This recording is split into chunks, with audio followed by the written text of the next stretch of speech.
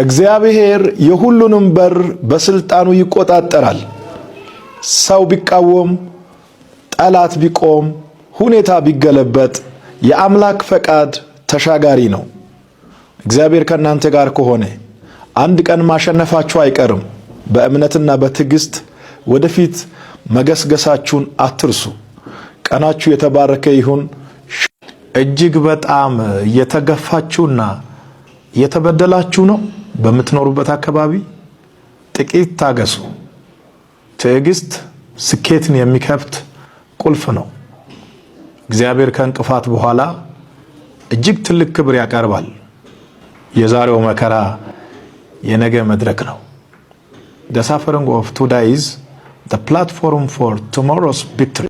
2018 ዓመተ ምህረት በእናንተና በጠላቶቻችሁ መካከል ከፍተኛ የሆነ የፍጥነት ልዩነት ይፈጠራል።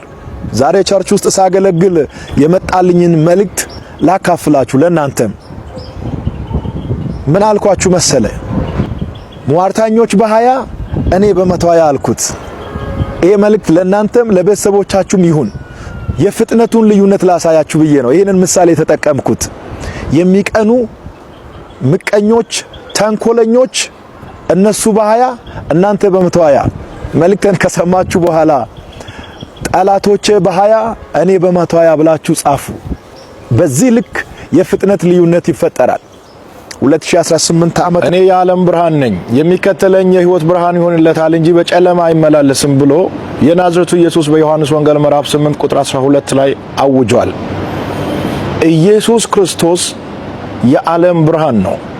ዳትስ ዋይ በየመድረኩ ኢየሱስ የሚለው ስም ሲነሳ የጨለማ መንግስት መግቢያ የሚያጣው ይህ ስም እንዲነሳ ሰይጣን የማይፈልግበት ዋናው ምክንያት የደበቀው ነገር በብርሃን ኃይል ወደ አደባባይ ስለሚወጣ ነው።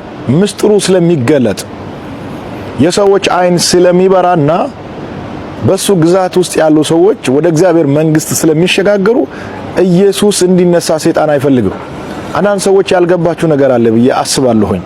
ኢየሱስ ታውጆ ሰይጣን ይደሰታል ብሎ ማሰብ አይቻልም። ሰይጣን ብቻ አይደለም፣ በኃጢአት የታሰሩ ሰዎች፣ ነፃ ያልወጡ ሰዎች መደሰት አይችሉም። ኢየሱስ ማለት እውነተኛ ብርሃን ነው፣ ከውጭ አልፎ እስከ ውስጥ የሚበራ። ኢየሱስን የሰማ ሰው አርፎ መቀመጥ አይችልም። ከኃጢአት ጋር ተጣብቆ መኖር አይችልም። የደበቁትን ፓርት የተሰወረውን አካባቢ ኢየሱስ ክርስቶስ በብርሃኑ ኃይል ይነካል። ከዛ ኃጢአተኞችን አእምሯቸው ይጠይቃል፣ ይከነከናቸዋል፣ ሰላም ያጣሉ።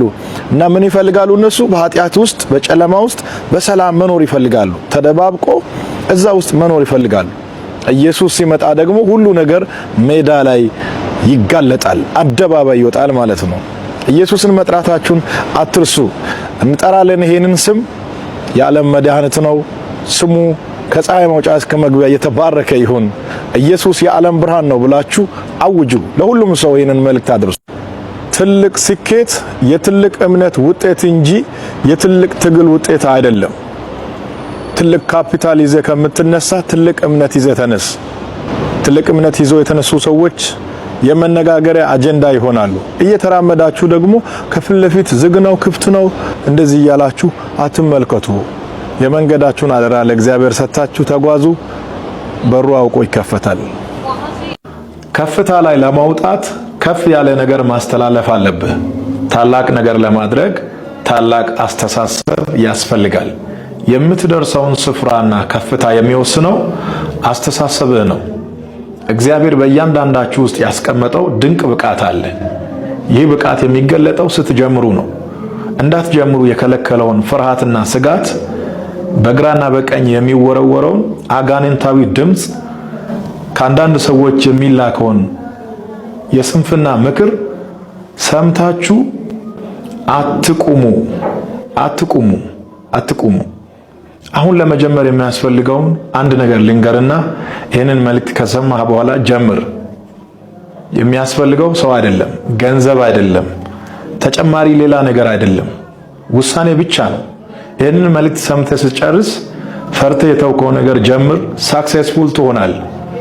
አንተ ውስጥ ያለውን ድንቅ ብቃት አውጥተህ ለማሳየት ከፈለክ አንድ ብቻ ይታያል። እንደዚህ ተራመድ። አስገራሚ ሰው ተብለህ ትጠራለህ።